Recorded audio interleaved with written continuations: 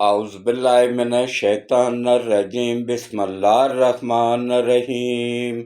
شروع کرتا ہوں اللہ پاک کے بابرکت نام کے ساتھ جو دلوں کے حال بہتر جانتا ہے۔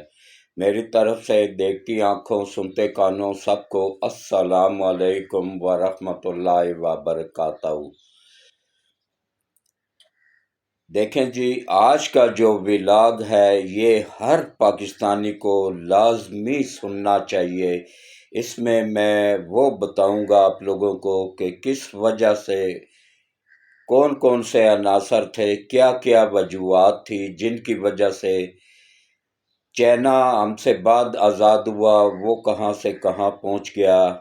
بنگلہ دیش ہمارے جسم کا حصہ تھا، ہم سے الگ ہوا، وہ کہاں سے کہاں پہنچ گیا۔ انڈیا ہمارے ساتھ ایک ہی دن دونوں ممالک نے انگریزوں سے آزادی حاصل کی، انڈیا کہاں سے کہاں پہنچ گیا، ہم کیوں پیچھے رہ گئے ہیں، ان کی تمام وجوہات کو تفصیل سے میں بیان کروں گا۔ یہ ہر پاکستانی کو اپنے اور اپنے بچوں کے ذہن میں ڈالنی پڑے گی۔ یہ ویڈیوز محفوظ کر لیں، اس کو غور سے سنیں، دیکھیں اور ملک کا سوچیں، کسی سیاسی پارٹی کا مت سوچیں، کیونکہ پارٹیاں آتی جاتی ہیں، یہ ملک ہے تو ہم بھی ہیں، کیونکہ ہمارا اسی ملک کے ساتھ جینا مرنا ہے، ہمارا کسی اور ملک میں گھر نہیں ہے۔ یہ جو بڑے بڑے وڈیرے، بڑے بڑے سیاستدان، بیوروکریٹس، جرنیل ہیں، ان کے تو 10 ممالک میں گھر موجود ہیں۔ ہمارا جینا مرنا اسی ملک کے ساتھ ہے، اس لیے آپ نے ملک کا سوچیں اور وہ کام کریں جو ملک کے مفاد میں ہو۔ کسی بھی سیاسی پارٹی کے لیڈر کے پیچھے لگ کے ملک کو تباہ مت کریں اور تفصیل سے غور سے سنیے گا آج کا ولاگ۔ یقین جانیے کہ میں نے نچوڑ نکال کے اس میں رکھ دیا ہے کہ دیکھیں، میں ایک 75 سال کا بزرگ آدمی ہوں۔ 1 جنوری 2024 کو میں 75 سال کمپلیٹ کر چکا ہوں، 76واں سال شروع ہو گیا۔ الحمدللہ پاکستان کا سب سے سینئر یوٹیوبر ہونے کا اعزاز بھی مجھے حاصل ہے، اور اس کے علاوہ اللہ کا لاکھ لاکھ شکر ہے کہ اس وحدہ لا شریک نے مجھے پاکستان کا سب سے سینئر صحافی ہونے کا اعزاز بھی بخشا ہے۔ میں نے اپنی صحافت کا آغاز 1975 میں نوائے وقت اخبار سے کیا تھا۔ میں اتوار کا اداریہ لکھا کرتا تھا۔ تو وہ دن اور آج کا دن یہ سفر جاری و ساری ہے، کئی اس میں نشیب و فراز آئے، عرصہ ہو گیا نوائے وقت کو بچھوڑے ہوئے، پھر میں مایوس ہو کے گھر بیٹھ گیا تھا۔ لیکن وہ کہتے ہیں نا جی کہ اللہ کے در پہ مایوس ہونا گناہ ہے۔ پھر اللہ نے ایسا کرم کیا، اللہ نے مجھے مایوسیوں سے نکالا، پھر اللہ نے مجھے اپنا چینل دے دیا جس پہ میں کھل کے بات کر سکتا ہوں، کیونکہ پرنٹ میڈیا میں تو میں چل گیا تھا، الیکٹرانک میڈیا جب آیا تو اس میں لکھ کے دے دیا جاتا تھا کہ اس کے علاوہ ایک لفظ بھی نہیں بولنا ہے۔ جب میں اس کو پڑھتا تو اس میں 99% جھوٹ ہوتا تھا، تو میں پھر معذرت کر لیتا، بعد میں پھر انہوں نے مجھے بلانا ہی چھوڑ دیا۔ تو یہ چینل میرے اکیلے کا نہیں ہے، یہ ہم سب کا چینل ہے، یہ پاکستان کے 26 کروڑ عوام کا چینل ہے، یہ پاکستان کے پوری دنیا میں حق اور سچ دیکھنے والوں کا چینل ہے۔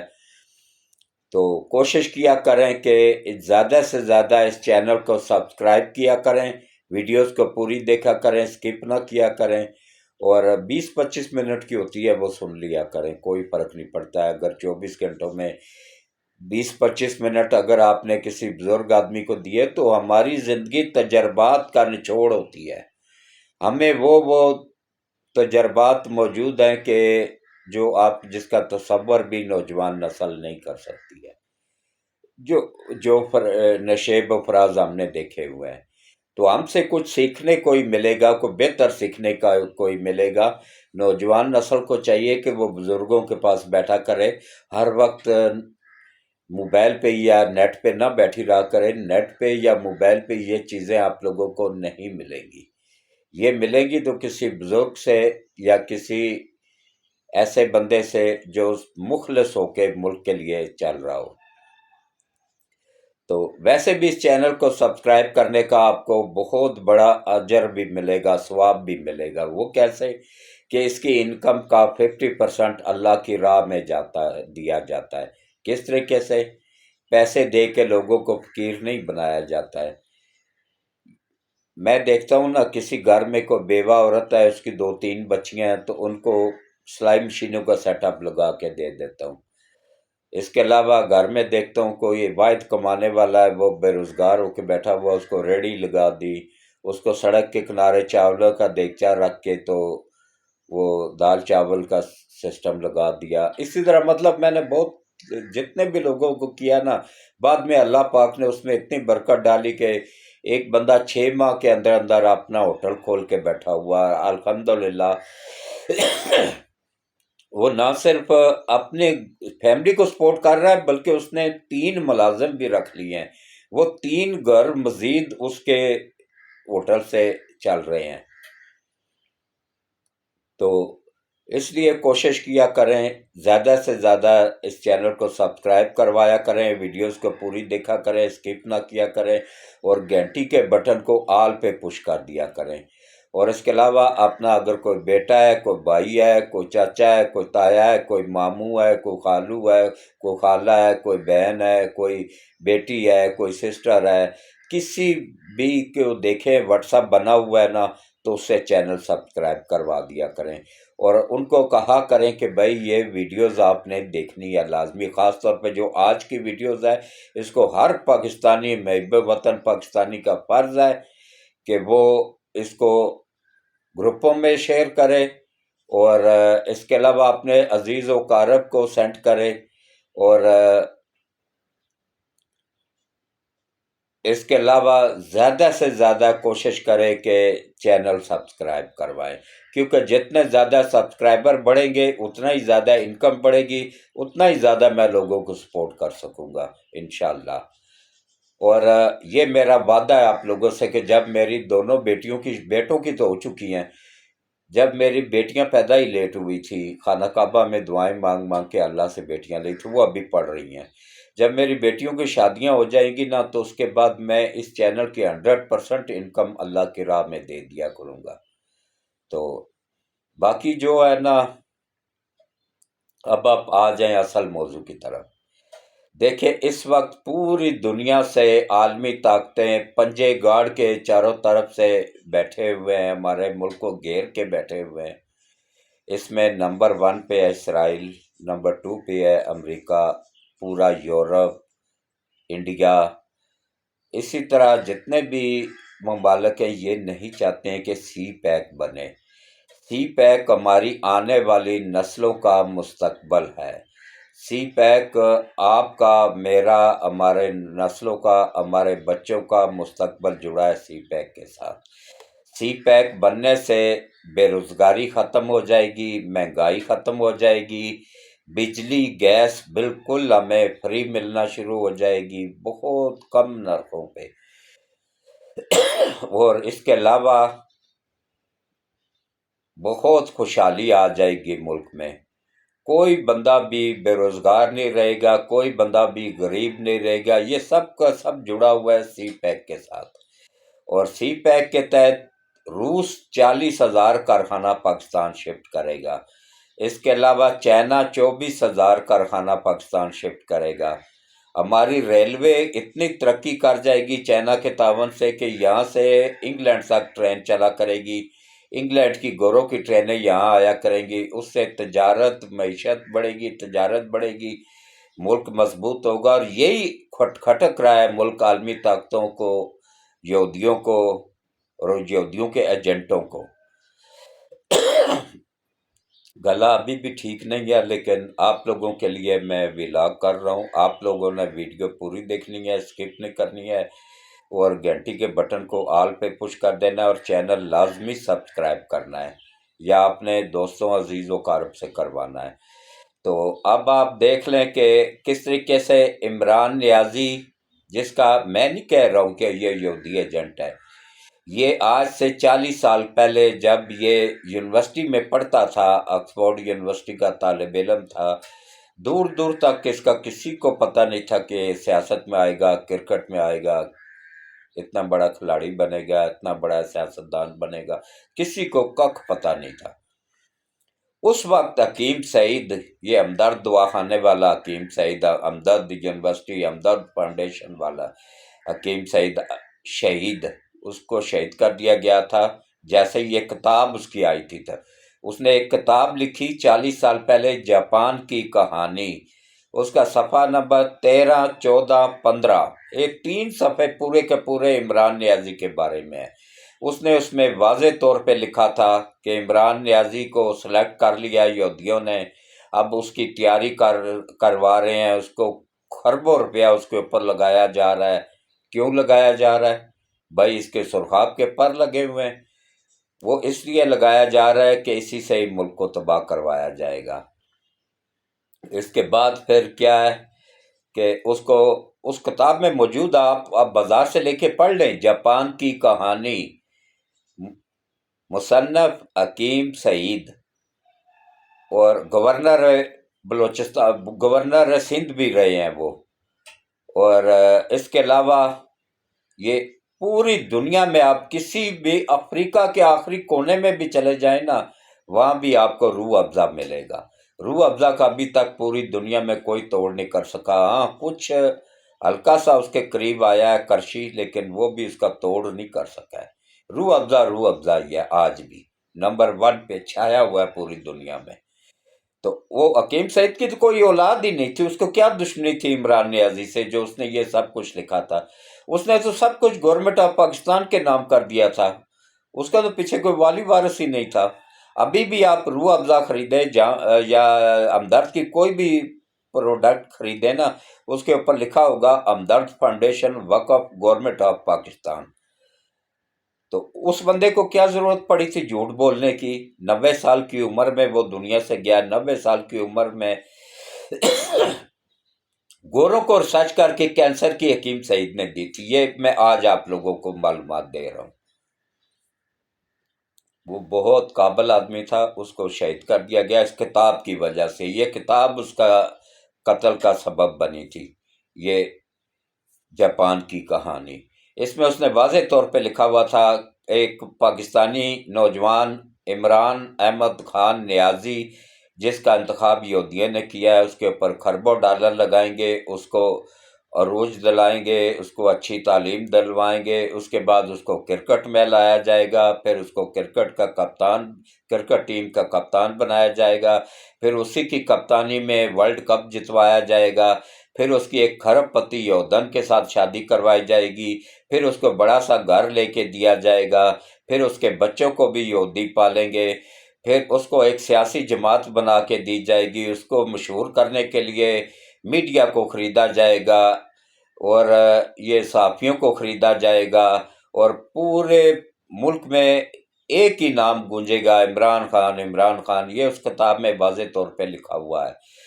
اتنا پیسہ لگایا جائے گا، اتنے ڈالر لگائے جائیں گے کہ ہر دوسرا بندہ تو پاکستان میں بکا ہوا ہے، تو بند لوگوں کو خریدا جائے گا، بڑے بڑے لوگوں کو اس کی پارٹی میں لایا جائے گا، اور اس کو جتوایا بھی جائے گا، اور اس کے بعد جس طریقے سے بھی جتوایا جائے گا، جرنیلوں کو خریدا جائے گا، الیکشن کمیشن کو خریدا جائے گا، ججوں کو خریدا جائے گا، اس کے بعد پھر انہی کے ذریعے اس کو وزیر اعظم بنایا جائے گا، اس کو حکومت دی جائے گی، اور اسی کے تھرو ملک کو تباہ کیا جائے گا، پاکستان کے ایٹمی اثاثہ جات کو ختم کر دیا جائے گا، کشمیر کو بیچ دیا جائے گا۔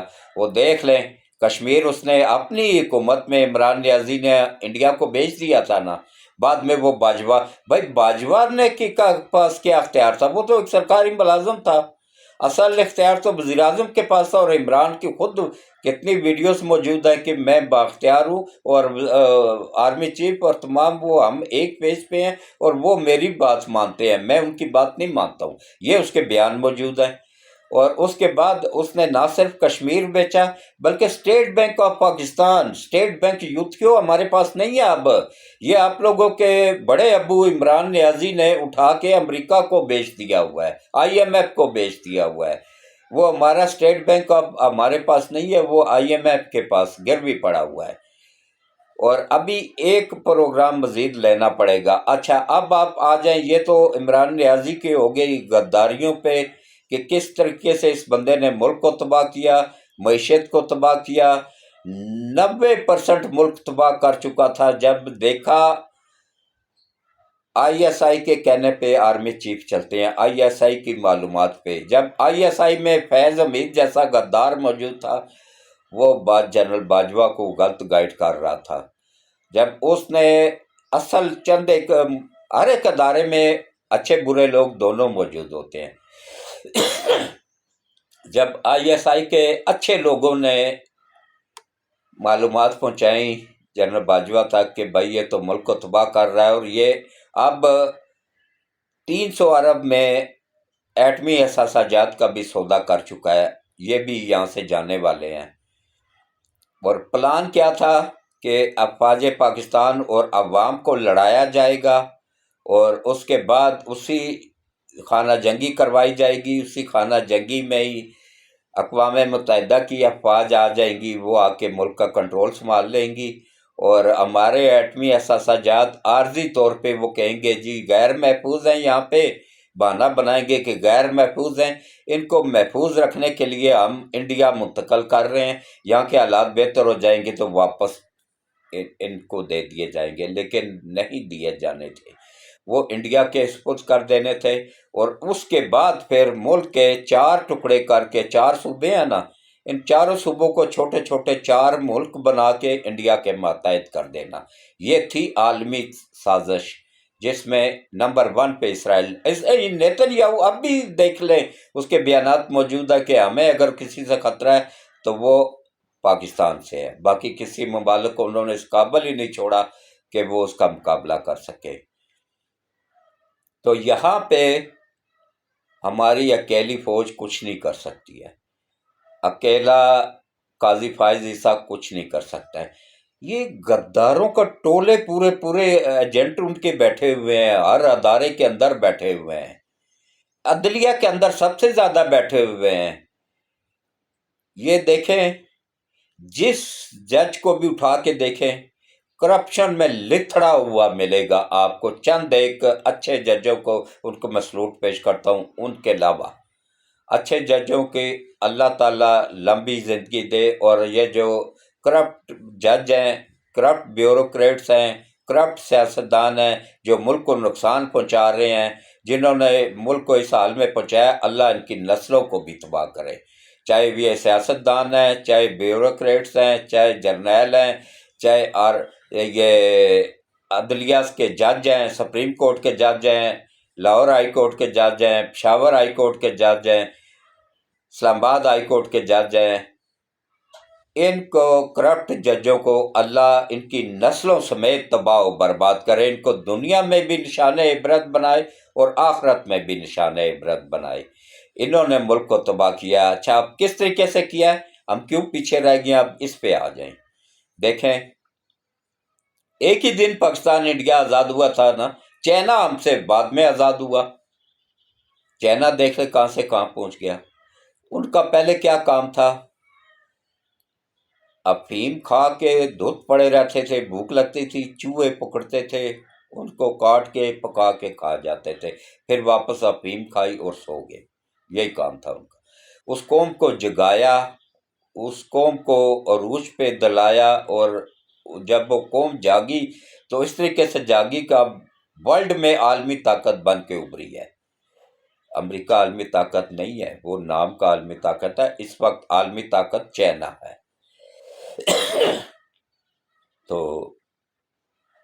بڑی تکلیف میں ولاگ کر رہا ہوں، گلا اجازت نہیں دے رہا ہے، لیکن ملک کے لیے سب کچھ کرنے کو تیار ہوں، عوام کے لیے، عوام کی آنکھیں کھولنے کے لیے۔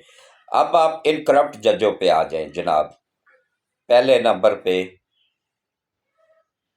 یہ جو بن رہی تھی میٹرو، اس پہ سٹے دیا انہوں نے، 2 سال میں اس کا ریٹ کہاں سے کہاں پہنچ گیا۔ اس کے بعد green line orange line train بننے لگی، اس پہ اسٹے دے دیا۔ اس پہ 2 سال تقریباً 18 مہینے 2.25 سال اسٹے جاری رہا، اور اس کی قیمت 40% بڑھ گئی۔ اس کے بعد یہ روٹی سستی ہوئی۔ اچھا، 300 یونٹ بجلی کے بلوں میں ریلیف عوام کو ملا، غریب عوام کو۔ انہوں نے اس پہ اسٹے دے دیا۔ عوام کو سستی روٹی ملنا شروع ہوئی، اس پہ اسٹے دے دیا۔ طالب علموں کو لیپ ٹاپ ملنا شروع ہوئے، اس پہ اسٹے دے دیا۔ طالب علموں کو وہ اسکوٹیاں ملنا شروع ہوئی کہ وہ اسکول بر وقت پہنچ سکیں، اس پہ اسٹے دے دیا۔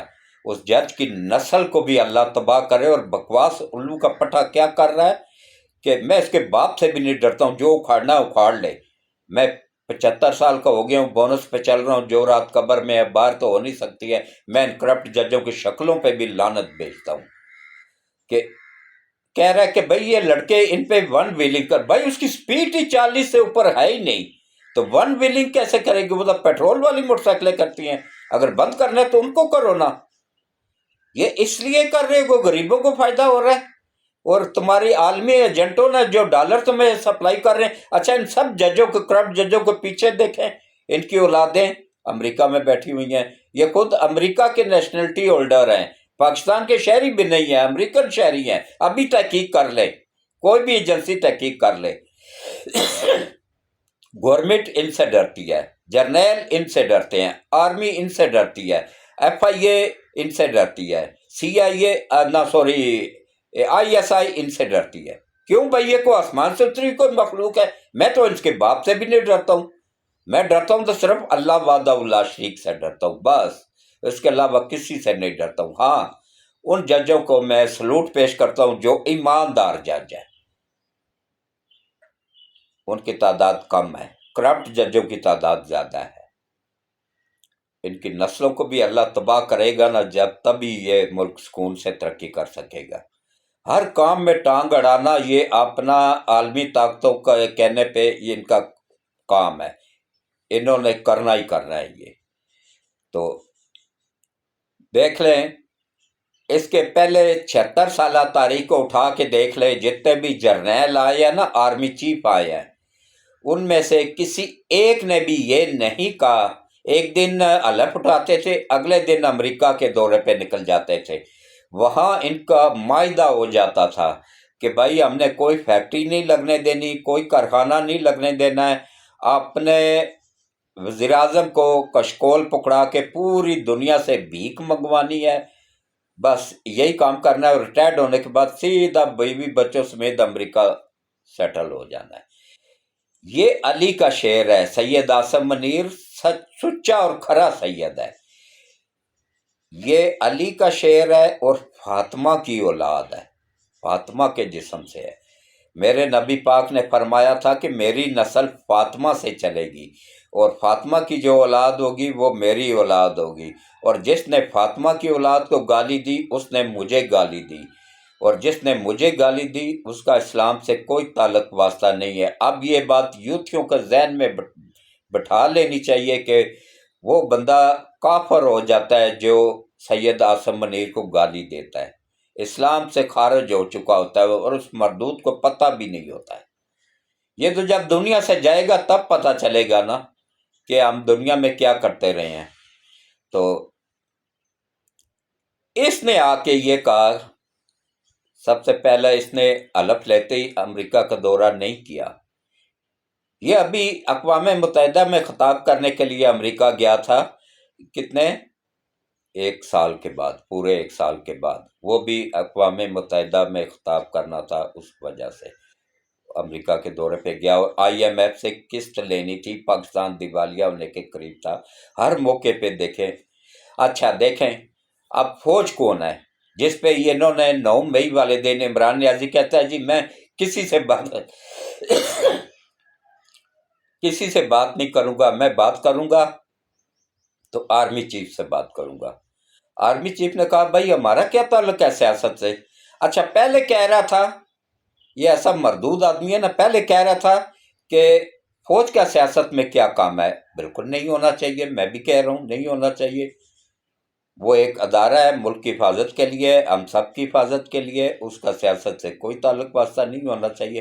اور بعد میں کہتا ہے جی نیوٹرل تو ان کو نیوٹرل نہیں ہونا چاہیے، نیوٹرل تو جانور ہوتے ہیں، یہ ان کو نیوٹرل نہیں ہونا چاہیے، ان کو سیاست میں حصہ لینا چاہیے اور مجھے پھر سے اپنے کندھوں پہ بٹھا کے وزیر اعظم بنانا چاہیے، یہ اس کے خیالات ہیں۔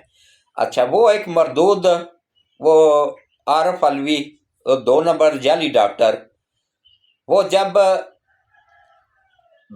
صدر تھا اس وقت کہہ رہا تھا کہ آرمی چیف کا سیاست میں تعلق ہے، آرمی چیف کو چاہیے کہ وہ مذاکرات کرے عمران خان سے، اس سے بیٹھ کے ملاقات کرے، وہ پوری وہ جب تک صدر رہا نا وہ اسی کوشش میں لگا رہا ہے۔ اور اب اس کو مشن دیا گیا ہے عمران خان کی طرف سے کہ تم نے میری اور سید عاصم منیر کی ملاقات کروانی ہے، لیکن انشاءاللہ نہیں ہوگی، وہ اللہ کا نیک بندہ ہے، علی کا شعر ہے، علی کے 24 بیٹے ہیں لیکن سب کے سب سید نہیں ہیں۔ کیوں نہیں ہیں؟ وہ سید ہے صرف جو فاطمہ کی اولاد سے ہیں، وہ سید ہے، کیونکہ نبی پاک سید تھے، نبی پاک صلی اللہ علیہ وآلہ وسلم سید تھے۔ ہاں حضرت علی ولیوں کے ولی ہیں، ان کا احترام بھی واجب ہے، سب مسلمانوں پہ جو نہیں کرے گا، ان کی عزت نہیں کرے گا، ان سے پیار نہیں کرے گا، وہ کافر ہو جائے گا، یہ بھی میں آج بتا دوں۔ ہاں جو علی کو گالی دے گا وہ بھی کافر ہو جائے گا، اور جو حضرت ابو بکر صدیق کو، حضرت عثمان غنی کو اور صحابہ کرام میں سے کسی ایک کو بھی گالی دے گا وہ بھی کافر ہو جائے گا۔ یہ سوچ لیا کریں آپ لوگ، فرقوں میں مت بٹیں، یہ فرقوں میں ہی بٹ کے تو ہم عالمی طاقتوں کے آگے رحم کی بھیک مانگ رہے ہیں۔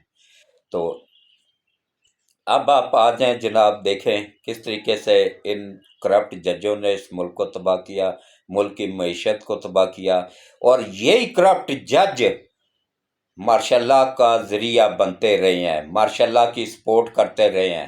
ان کرپٹ ججوں کی وجہ سے ہی بار بار 3 ماشاء اللہ ہمارے ملک میں لگے ہیں، ملک 2 ٹکڑے ہوا ہے ان کرپٹ ججوں کی وجہ سے، ان کی کرپشنوں کی وجہ سے، ان کے بکنے کی وجہ سے۔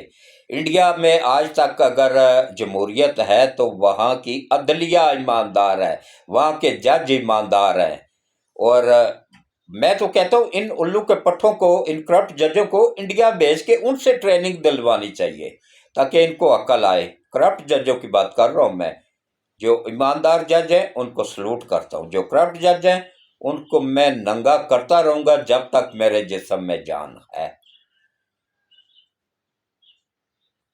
ہر کام میں بھائی اگر تم لوگوں نے یہی کچھ کرنا ہے، حکومت کو نہیں چلنے دینا، تو آ جاؤ نا، پھر چھوڑو یہ کرسی، الیکشن لڑو اور پی ٹی آئی کی قیادت کرو، پی ٹی آئی کے بہت بڑے سپورٹر ہو تم، تو آؤ نا، مقابلہ کرو آ کے میدان میں، چھوڑو یہ عوام کا پیسہ ضائع کر رہے ہو۔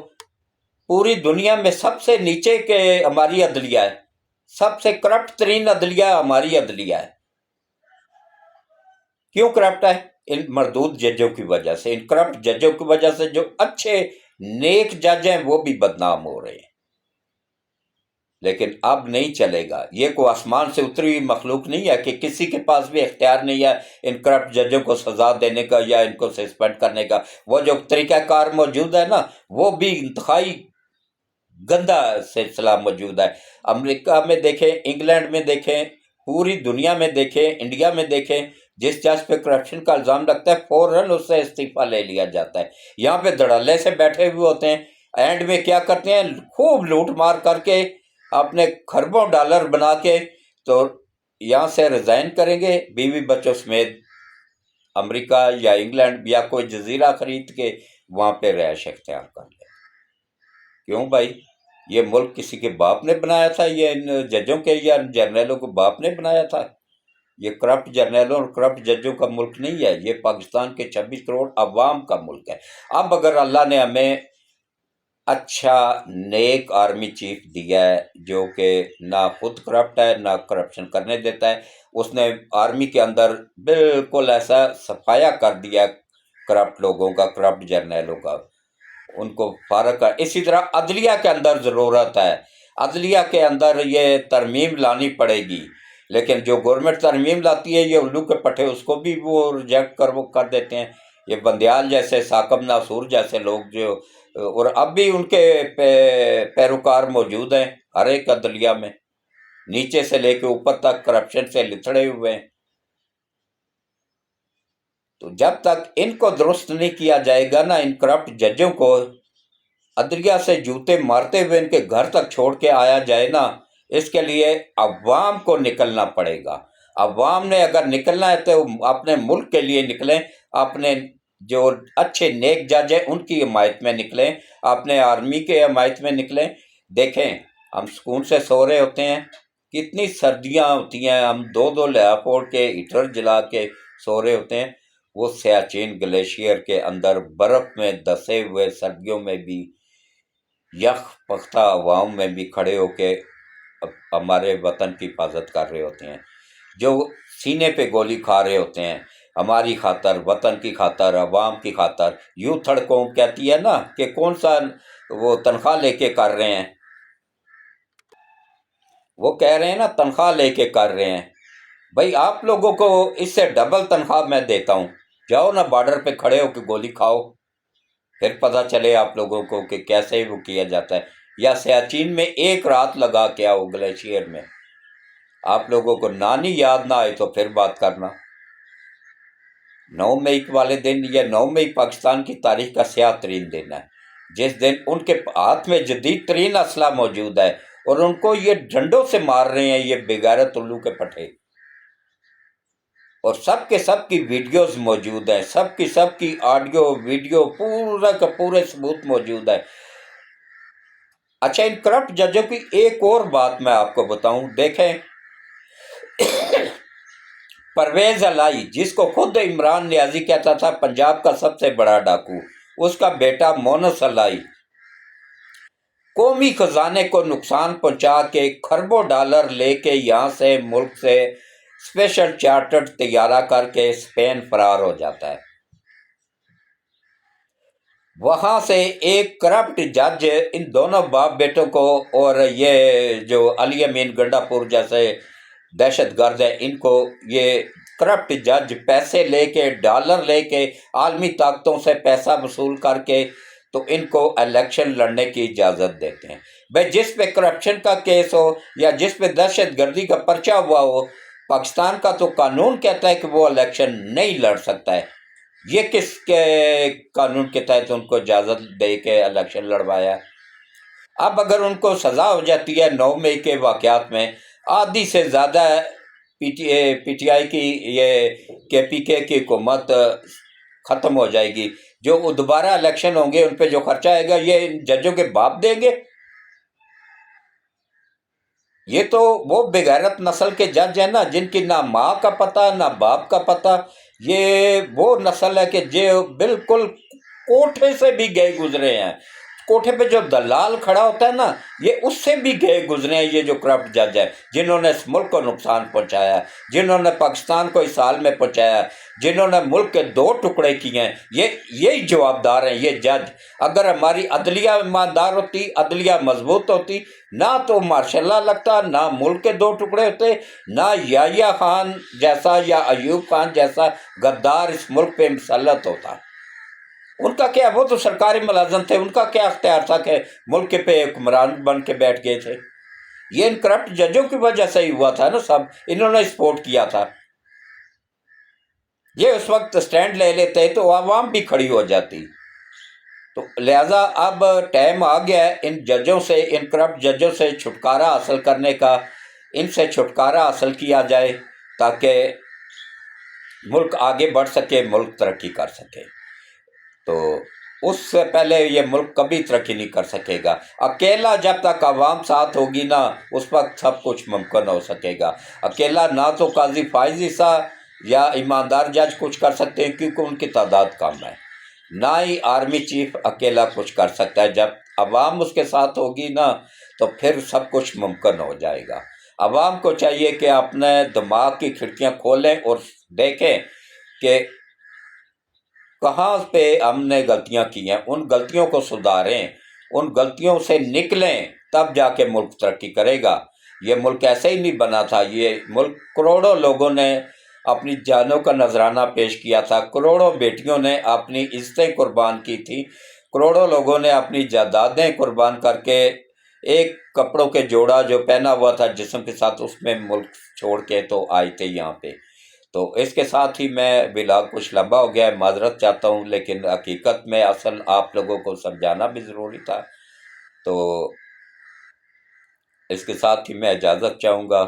اگر کوئی بات کسی کو بری لگی ہو تو عوام سے معذرت، کرپٹ ججوں سے نہیں، یا کرپٹ جرنیلوں سے نہیں، یا کرپٹ بیوروکریٹ سے نہیں، کرپٹ سیاستدانوں سے نہیں، عوام سے معذرت اگر کسی کی دل آزاری ہوئی ہو. تو اب آپ آ جائیں جناب، دعا کریں. دعا کے لیے ہاتھ اٹھائیں، مختصر سی دعا ہوگی. جو بھی نیک و خواہش ہے اس کو دل میں رکھیں اور بلند آواز سے آمین آمین بولتے جائیں. اعوذ باللہ من الشیطان الرجیم، بسم اللہ الرحمن الرحیم. اللہم صلی علی محمد وعلی آل محمد کما صلیت علی ابراہیم وعلی آل ابراہیم انک حمید مجید. اللہم بارک علی محمد کما بارکت علی ابراہیم وعلی آل ابراہیم انک حمید مجید. اے اللہ، خاتم النبیین حضرت محمد مصطفیٰ صلی اللہ علیہ وآلہ وسلم کے صدقے ملک پاکستان کی حفاظت فرما، پاکستان کی سرحدوں کی حفاظت فرما، پاکستان کے اثاثہ جات کی حفاظت فرما، پاکستان کے ایٹمی اثاثہ جات، دفاعی اثاثہ جات کی حفاظت فرما، افواج پاکستان کی حفاظت فرما، اور ہمارے آرمی چیف سید عاصم منیر صاحب کو اور ان کی فیملی کی حفاظت فرما، ان کے وفادار ساتھیوں کی حفاظت فرما. اور یا اللہ، جتنے بھی ملک کے وفادار سیاستدان ہیں، بیوروکریٹس ہیں، جو بھی آرمی میں ہیں، کسی بھی ادارے میں، ایف آئی اے میں ہیں اور آئی ایس آئی میں ہیں، کسی ادارے میں بھی ہیں، ملک کے وفادار ہیں، ان سب کی حفاظت فرما، ان کی فیملیوں کی حفاظت فرما. اور یا اللہ، اس ملک کے غداروں کو دنیا میں بھی نشان عبرت بنا اور آخرت میں بھی نشان عبرت بنا. کرپٹ ججوں کو، کرپٹ جرنیلوں کو، کرپٹ سیاستدانوں کو دنیا میں بھی نشان عبرت بنا اور آخرت میں بھی نشان عبرت بنا. اور یا اللہ، اس ملک کی حفاظت فرما، اس کی سرحدوں کی حفاظت فرما. اور یا اللہ، جتنے بھی لوگ بیمار ہیں میرے سمیت گھروں میں، اسپتالوں میں، ان سب کو شفائے کاملہ عاجلہ عطا فرما، ان کو لمبی ایمان والی صحت والی زندگی عطا فرما، اور ان کی تمام جسمانی اور روحانی بیماریوں کو دور فرما، نظر بد کو دور فرما، برے اثرات کو دور فرما. اور یا اللہ، ہمارے ملک کی حفاظت فرما. اور یا اللہ، ہمارے ملک کو دن دگنا رات چگنا ترقی عطا فرما اور آسانیاں پیدا فرما. اور یا اللہ، جتنے بھی لوگ، جتنے بھی بچیاں شادی کی عمر کو پہنچ چکی ہیں، ان کی شادیاں نہیں ہو رہی ہیں، نبی پاک صلی اللہ علیہ وآلہ وسلم کے صدقے ان کے اچھے نیک لوگوں میں شادیاں کروانے میں، رشتے کروانے میں، جہیز بنانے میں غیب سے مدد فرما. جو بے اولاد ہیں ان کو اچھی نیک اور فرما بردار اولاد عطا فرما. اور جن کی اولاد نافرمان ہے، نبی پاک کے صدقے میں ان کو اپنے ماں باپ کا فرما بردار بنانے میں غیب سے مدد فرما. اور یا اللہ، نبی پاک صلی اللہ علیہ وآلہ وسلم کی امت میں سے جتنے بھی مرد عورت بچے بچیاں تک دنیا سے جا چکے ہیں، ہمارے عزیز و قارب میں سے جتنے بھی مرد عورت بچے بچیاں تک دنیا سے جا چکے ہیں، اور جتنے بھی لوگ دعاؤں کے لیے ہاتھ کھڑے کیے ہوئے ہیں، ان سب کے عزیز و قارب جو اس دنیا سے جا چکے ہیں، خصوصاً میرے امی ابو، میرے چاچا، اور میرا بیٹا محمد رحیم، اور میری بہن، اور میری امی ابو اور جتنے بھی قریبی اور دور کے رشتہ دار دوست احباب جاننے والے عزیز و اقارب دنیا سے جا چکے ہیں، میرے اور آپ سب کے، ان سب کو یا اللہ نبی پاک صلی اللہ علیہ وآلہ وسلم کے صدقے جنت الفردوس میں اعلیٰ مقام عطا فرما، ان سب کے صغیرہ اور کبیرہ گناہوں کو معاف فرما، ان سب کی کوتاہیوں اور غلطیوں کی معافی عطا فرما، اور ان سب کے اوپر خصوصی کرم فرما، خصوصی رحم فرما، اور یا اللہ ان سب کی قبروں کو روشن فرما، ان سب کی قبروں کو ٹھنڈا فرما، اور ان سب کی قبروں کو کشادہ فرما، اور ان سب کو قبروں میں بار بار نبی پاک صلی اللہ علیہ وآلہ وسلم کی زیارت نصیب فرما، اور ہم سب کی بھی دنیا اور آخرت دونوں بہتر کر دے، اور ہم سب کو روز قیامت حضرت محمد مصطفیٰ صلی اللہ علیہ وآلہ وسلم کی شفاعت نصیب فرما، آمین ثم آمین۔ اللہ حافظ۔